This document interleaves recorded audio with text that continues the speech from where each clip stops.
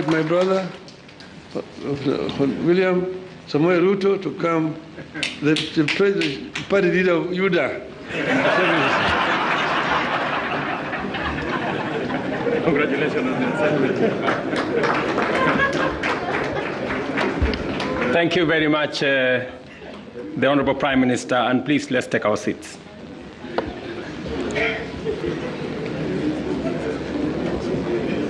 Your Excellency, Raila Amolo Odinga, Prime Minister of Kenya and party leader of my former party.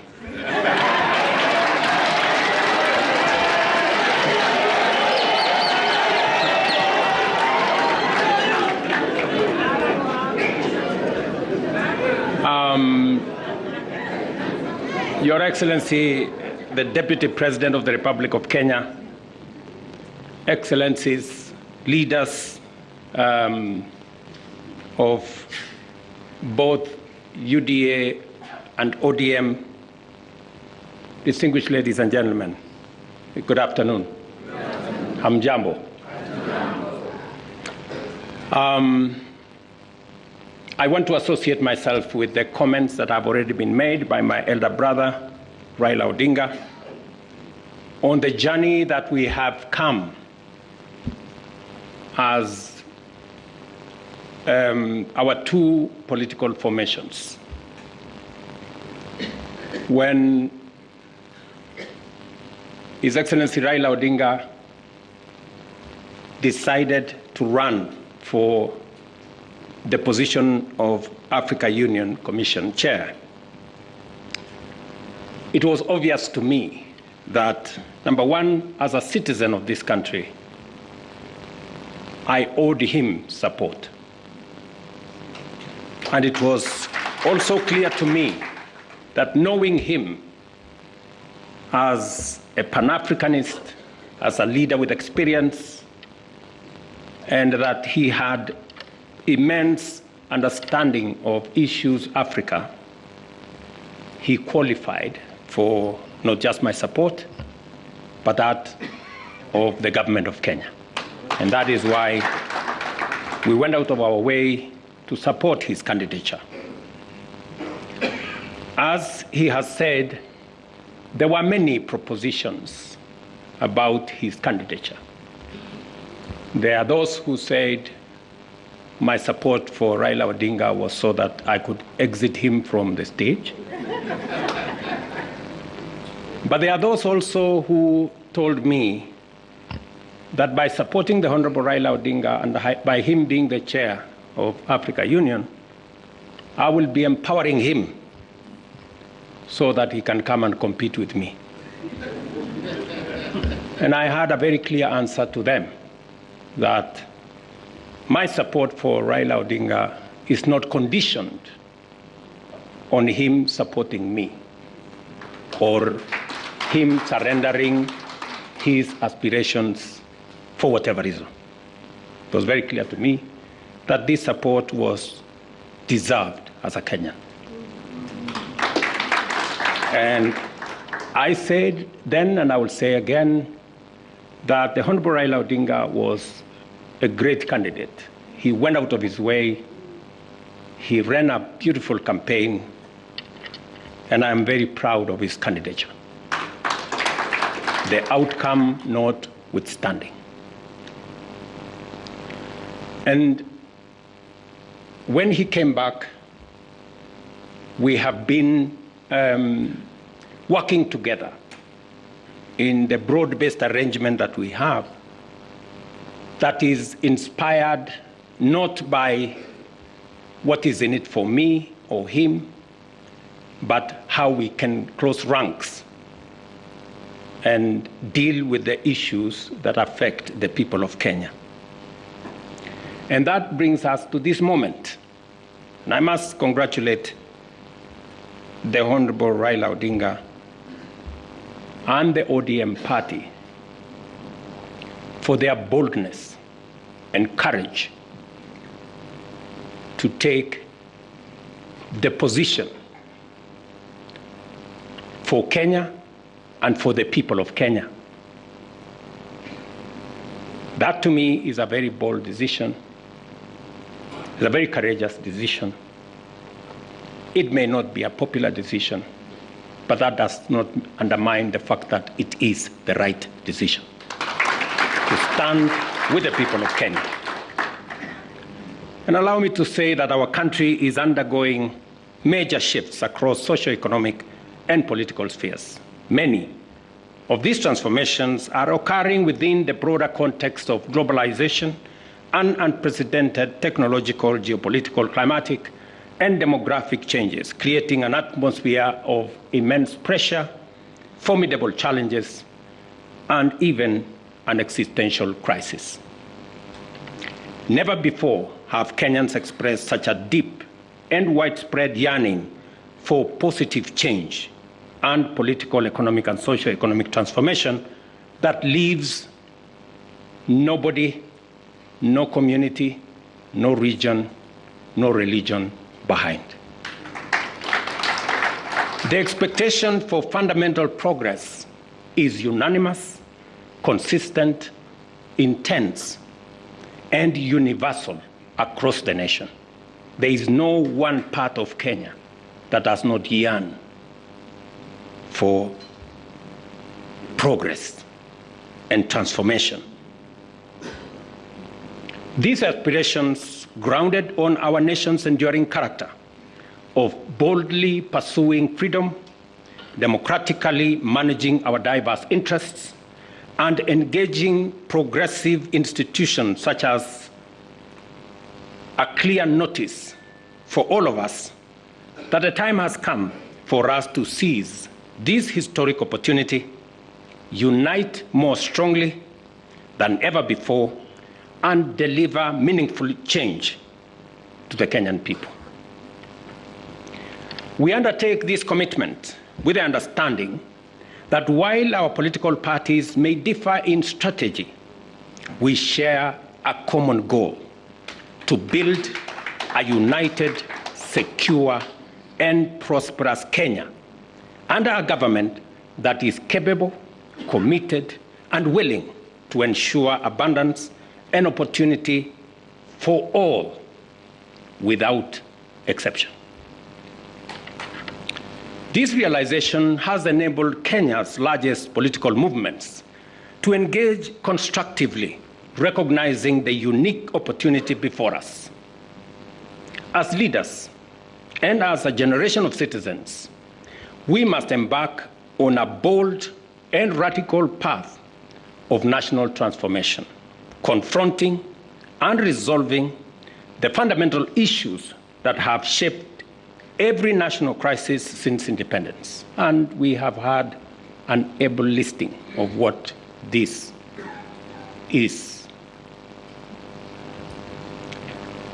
This is the path towards the promised land where freedom and opportunity are guaranteed for all.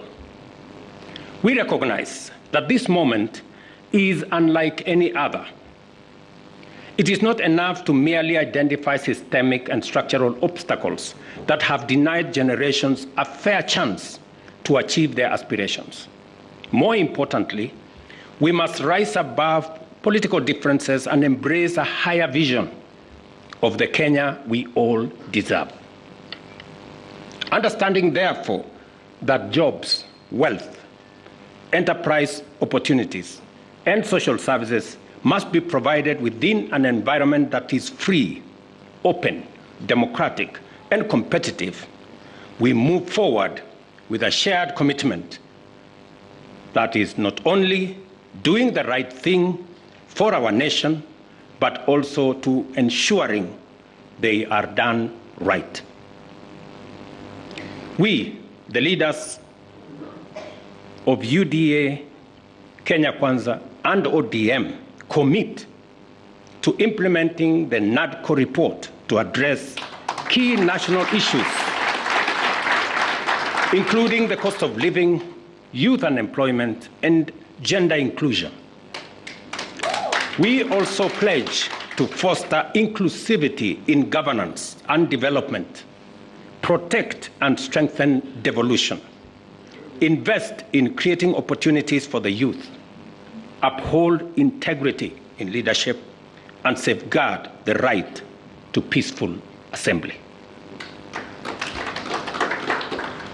We will raise and manage national resources responsibly to reduce our debt burden by ensuring transparency, responsible borrowing, and an audit of past debts. To realize and to know what has been borrowed, for what purpose, and how is it going to be paid. I attempted to set up this audit. It didn't work. I am confident that under this broad formation, we will now be able to audit our debt. This moment is not about William Ruto or Raila Odinga. This agreement, this memorandum of understanding is not about sharing positions or winning elections. It is about the people and the interests of Kenya. That is what is significant. To me, the interests of this great nation. We have talked about Kenya of potential for far too long. It is now time that we close ranks as leaders, because this nation can succeed. We have what it takes to be a great nation. But we haven't made the steps and the decisions that would make this nation great, because we have always been making politically correct decisions. We need to make decisions that are correct as far as the interests of the people of Kenya are concerned. I must congratulate His Excellency, the Right Honorable Prime Minister Raila Odinga, and the courage he has to make difficult decisions. Not many leaders can make the kind of decisions the Right Honorable Raila Odinga can make. Very few people can put the interests of the nation and the interests of the people above or ahead of their own personal interests. I say that without fear of any contradiction, because I know the kind of difficulty my elder brother has got to go through in getting us to this position. And my brother Raila Odinga, history is going to charge you fairly for what you have done for this nation.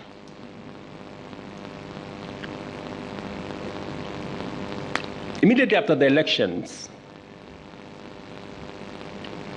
several months after the elections, I called my brother and I told him, "You have been my party leader. You have been my senior. Today, by God's grace, I'm president. I want you to be treated well.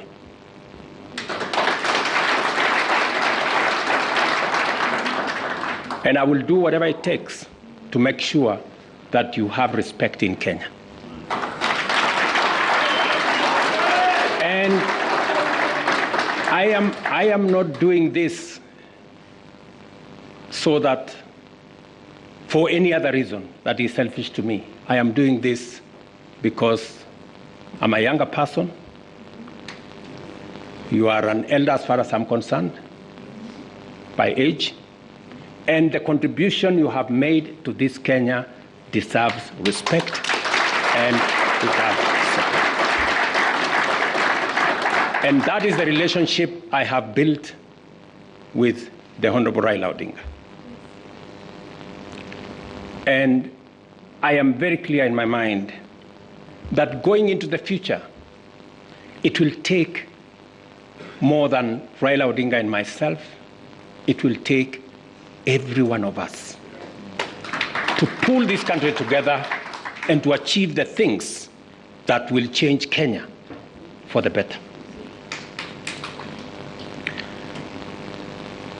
Let me say this, that equally we will fight corruption decisively, eliminate public resource wastage, and uphold the rule of law and constitutionalism, ensuring that government officials respect judicial decisions and protect the rights of all citizens.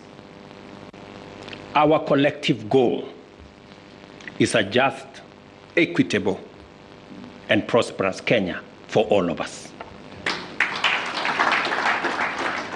Thank you very much to all of you. May God bless our great country, Kenya. Asanteni sana. Another round of applause for the principals, please, as I seek your indulgence, Your Excellencies.